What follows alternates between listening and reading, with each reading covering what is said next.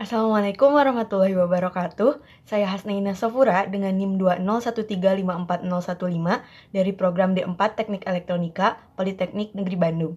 Di sini saya akan membahas proyek mandiri mata kuliah Sistem Kendali Digital dengan judul Sistem Kendali Suhu Air untuk Teknik Memasak Pocing. Untuk penjelasan lebih lanjut dapat disimak di video setelah ini. Terima kasih. Sistem kendali suhu air untuk teknik memasak pocing.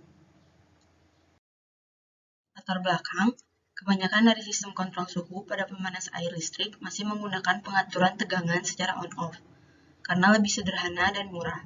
Kelemahan sistem ini adalah boros dalam mengkonsumsi energi listrik, dan suhu air menjadi tidak presisi atau kurang stabil.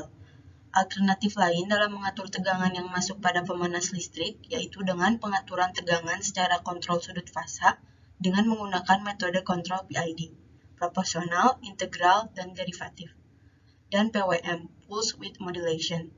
Dengan sistem kontrol ini, maka dapat mengurangi penggunaan energi listrik, serta menjadikan suhu air lebih presisi dan stabil.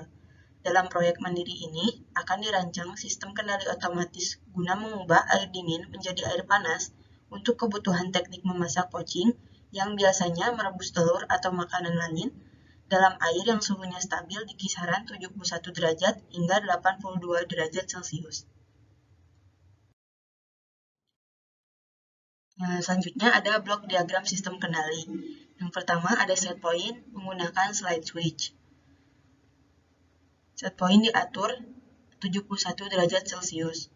Lalu ada controller, yaitu Arduino Uno. Lalu ada driver, yaitu memakai solid state relay. Lalu ada aktuator, memakai water heater AC 220 volt.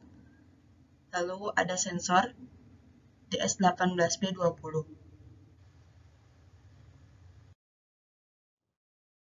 Selanjutnya ada proses perancangan sistem, mulai dari perancangan sistem elektroniknya menggunakan Proteus, lalu ada proses perancangan sistem mekaniknya menggunakan 1-2-3D design, dan yang terakhir ada realisasinya.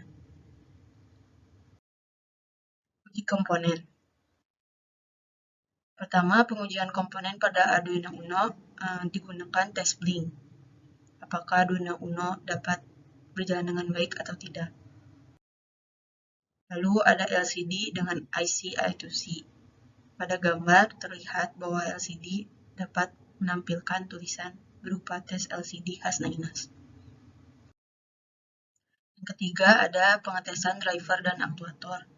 Drivernya adalah SSR atau Solid State Relay dan aktuatornya adalah water heater.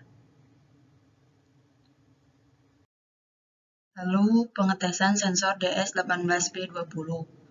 Pengetesannya menggunakan dalas temperatur dan menggunakan juga LCD. Selanjutnya, untuk mencari parameter PID kendali digunakan metode Ziegler-Nichols 1, di mana untuk tipe kendali PID Kp-nya sama dengan 1,2 T per L, lalu TI-nya sama dengan 2 kali L, dan TD-nya 0,5 kali L. Lalu responnya seperti ini, desain awalnya.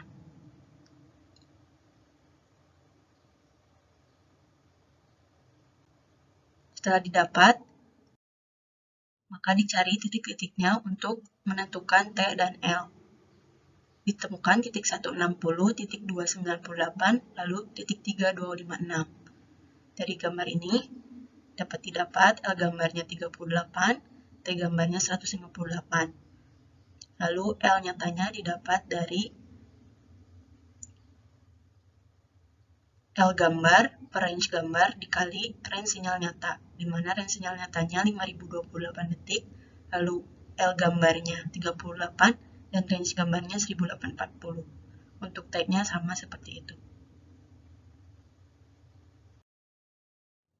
Setelah mendapat T dan L, didapatkan parameter PID dari tabel Ziegler-Nichols 1. Kp-nya sama dengan 4,98, lalu TI-nya 373,17, TD-nya 93,29. Setelah mendapat parameter PID, didapat respon ini.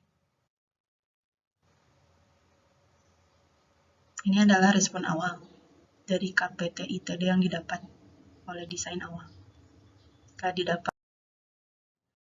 respon transiennya seperti ini. Lalu dianalisis transiennya didapat overshoot-nya 15,31%, error steady state-nya 0 derajat Celcius, lalu rise time-nya 347,8 detik. Untuk setting time-nya 1179,5 detik. Karena overshoot-nya masih di atas yang diinginkan, yaitu 5%, maka dilakukan tuning berdasarkan tabel yang tertampil. Untuk mengurangi overshoot, maka KP harus dikurangi, lalu nilai TI ditambahkan, dan TD ditambahkan pula. Lalu didapat responnya dari tuning terakhir seperti ini.